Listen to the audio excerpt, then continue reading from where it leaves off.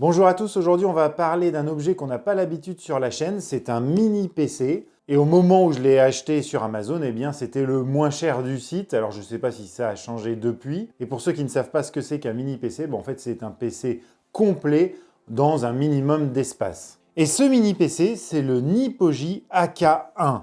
Alors il est vraiment tout compact, puisqu'il fait 13 cm de côté sur 5,5 cm d'épaisseur. Et vous vous dites sûrement que vous avez déjà vu ce design quelque part. Et c'est tout à fait normal, puisque c'est un moule générique. Beaucoup de marques à bas prix utilisent ces moules-là pour mettre leurs propres composants dedans. Il y a juste le logo sur la surface supérieure qui va changer. Mais beaucoup en fait utilisent les mêmes composants.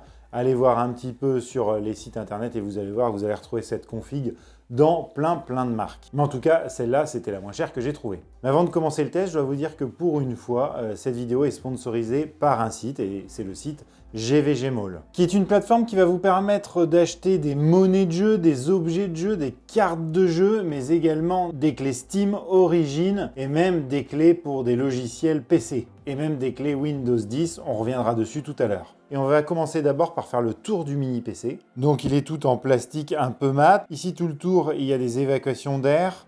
Alors vous allez voir que c'est un petit peu RGB. Au niveau des connectiques, on va retrouver deux USB 3, deux USB 2. Bon, ça c'est la prise pour brancher l'alimentation. Deux ports HDMI, et oui, vous allez pouvoir utiliser un double écran. Un port Ethernet d'1 Go, un port jack pour le micro et le casque. Et ma foi, c'est tout, mais c'est quand même relativement complet. Et dessous ici, vous avez la possibilité d'enlever cette partie, puisque vous pouvez très bien utiliser votre mini PC sans cette partie-là. Et en fait, du coup, il est beaucoup plus petit, beaucoup plus fin. Et à l'intérieur de celle-ci, on va retrouver un emplacement pour mettre un stockage supplémentaire en SATA.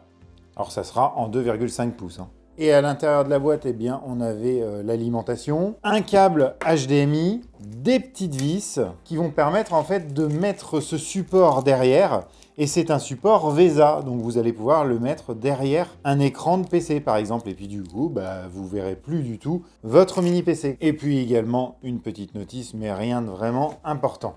Et vous allez me dire, c'est bien beau tout ça, mais qu'est-ce qu'il a vraiment à l'intérieur? Alors déjà, il a 8 Go de RAM en DDR3, 128 Go de stockage via un SSD, mais vous inquiétez pas, on va ouvrir l'appareil pour vous montrer un peu comment c'est à l'intérieur. Il a un petit processeur, un Intel Celeron 3455, qui est cadencé à 1,5 GHz, mais qui peut monter, vous savez, en crête à 2,4 GHz. C'est un 4 cœurs et il n'y a rien de vraiment de folichon.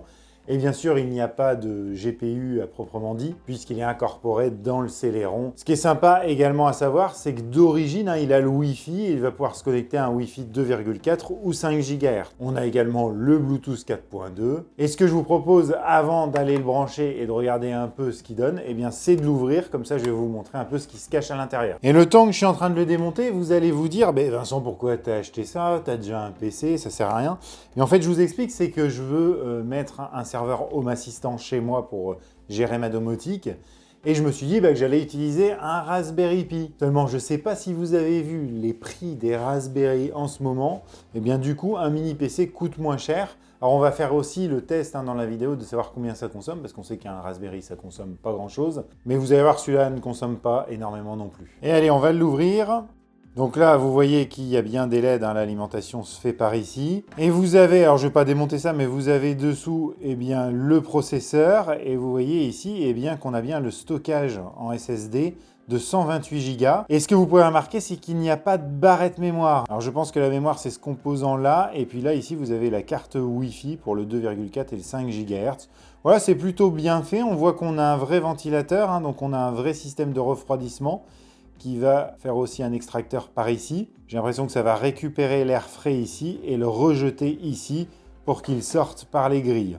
Donc, il ne devrait pas trop chauffer. Bon, spoiler, il ne chauffe pas parce que j'avais déjà installé Home Assistant dessus. Je l'ai laissé tourner des jours et des jours et il n'a jamais chauffé. Bon, maintenant qu'on a dit ça, je vais le remonter et puis je vais aller l'installer et on va regarder ce qu'il vaut réellement. Voilà, donc je l'ai installé et je vais l'allumer et vous allez voir qu'il démarre quand même relativement rapidement grâce à son SSD. Voilà, il a mis une vingtaine de secondes à démarrer, ce qui est quand même pas trop mal. Alors d'origine, il va falloir que vous installiez Windows. Alors il est déjà préinstallé dessus, il faut finir l'installation. Moi, je l'ai déjà utilisé, j'ai déjà fait des tests avec.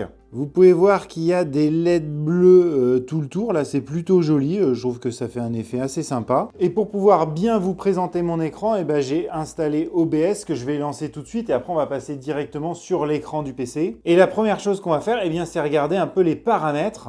On va pouvoir se rendre compte eh bien, qu'on est bien sur un Celeron J3455, 8 Go de RAM, qu'on est bien sur un système 64 bits et qu'on est en Windows 10 Pro. Alors bien sûr, il n'y a pas la clé produit sur Windows. Au bout d'un moment, si vous faites rien, vous aurez un petit watermark qui va vous dire il faut que vous enregistrez votre version de Windows. Et bien c'est là qu'intervient le sponsor de cette vidéo, GVG Mall. Et bien on va aller chercher tout de suite la clé de produit. Normalement ça se fait ici, hein. Mettre à jour votre édition de Windows. Et donc je vais sur le site GVG Mall, je cherche Windows 10 et donc là je peux avoir une clé Windows 10 Pro. Alors comme vous pouvez le voir, c'est une clé EOM, hein, c'est-à-dire que si vous changez de machine, vous ne pourrez pas réutiliser la clé pour la mettre dans une autre machine, hein. C'est une seule machine, une seule installation. Je clique sur acheter. Donc vous voyez qu'on est à 20,05 €. On est quand même vachement moins cher qu'une clé classique si on l'achetait sur le site de Microsoft. Et là, je vous donne un code qui va vous permettre d'avoir encore une réduction supplémentaire. C'est le code GGVV qui va vous donner 25% de réduction. Et vous voyez que mon prix est passé à 15,04 €. Je procède au paiement. Je peux utiliser tous ces moyens de paiement là. Je vous conseille fortement d'utiliser PayPal, c'est le plus simple. Et après, vous allez dans votre centre utilisateur et vous allez pouvoir voir que votre clé est arrivée. Obtenez la clé et il ne me reste plus qu'à copier-coller la clé qu'ils m'ont donnée ici. Je fais suivant et vous pouvez voir que je vais passer en une version activée de Windows. Alors première chose, je suis désolé, OBS a planté, hein, donc c'est une des limites de ce mini PC. Il a du mal à gérer le multitâche quand même. Donc du coup, je vais filmer avec ma caméra de secours là, et je sais pas ce que ça va donner, quelle image on va avoir. Donc pour les tâches de bureautique classique, par exemple, si je lance LibreOffice, alors qui est un logiciel qui a un peu plus de mal à se lancer qu'un Word par exemple, et vous allez voir que ça se lance quand même. Assez rapidement, je peux par exemple lancer un nouveau document. Hop, ça met toujours un petit temps de chargement, mais bon, ça va quand même. Et puis, je peux écrire sans problème. Voilà, après, c'est un traitement de texte complètement classique. Pour aller sur Internet, eh bien, il n'y a aucun problème. Voilà, les pages se lancent plutôt bien. Si je lance YouTube, vous allez voir que il y a un petit temps de chargement, hein, un peu plus lent que mon ordinateur habituel. Mais bon, ça se lance. Si je lance une vidéo de ma chaîne en 1080p,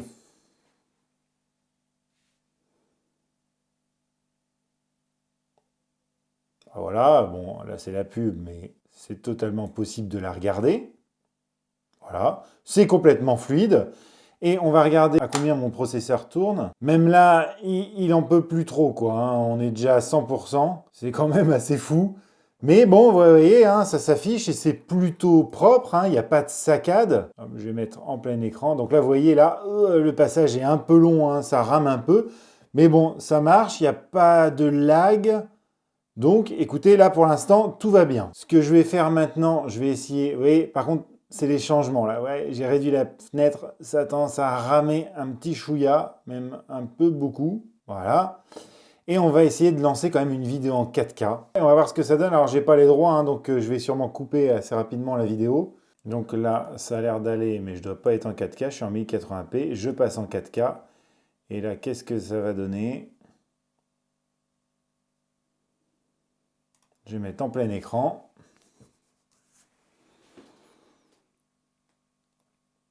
Alors, ça le lit, ça le décode bien.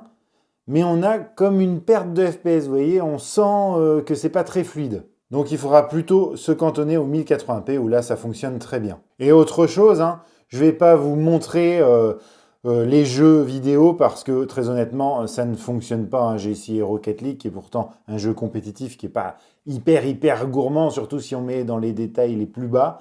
Et en fait, non, ça ne fonctionne pas, ça rame à mort. Voilà, vous voyez que c'est un mini PC qui a des performances modestes, mais pour un prix qui l'est tout autant. Il sera très bon si vous faites de la bureautique, si vous allez sur Internet, si vous consommez du contenu vidéo. J'ai été surpris quand même que la 4K soit supportée et que ça, bon, même si ça bouffe beaucoup de processeurs, ça tourne quand même. J'ai laissé tourner un peu la 4K. C'est vrai que le PC a un petit peu chauffé, mais vraiment pas à outrance.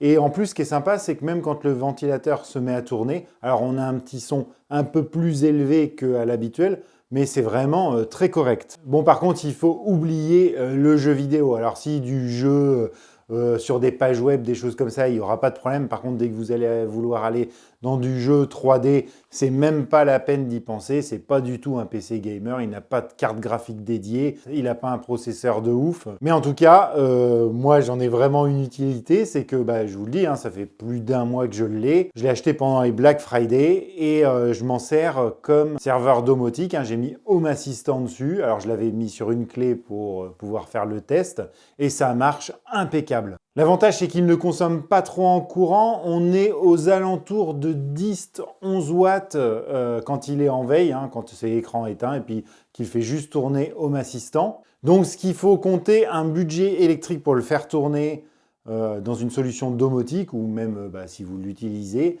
on est à peu près, si on le fait tourner 24 heures sur 24, 7 jours sur 7, 365 jours sur 365, aux alentours de 15 € par an d'électricité. Voilà, bah écoutez, je vous remercie d'avoir regardé la vidéo jusqu'au bout. Je remercie encore GVG Mall pour avoir sponsorisé la vidéo. Vous aurez tous les liens en description avec le code de réduction et les liens vers les différents produits. Et moi, je vous laisse avec une vidéo qui pourrait vous intéresser. Allez, ciao!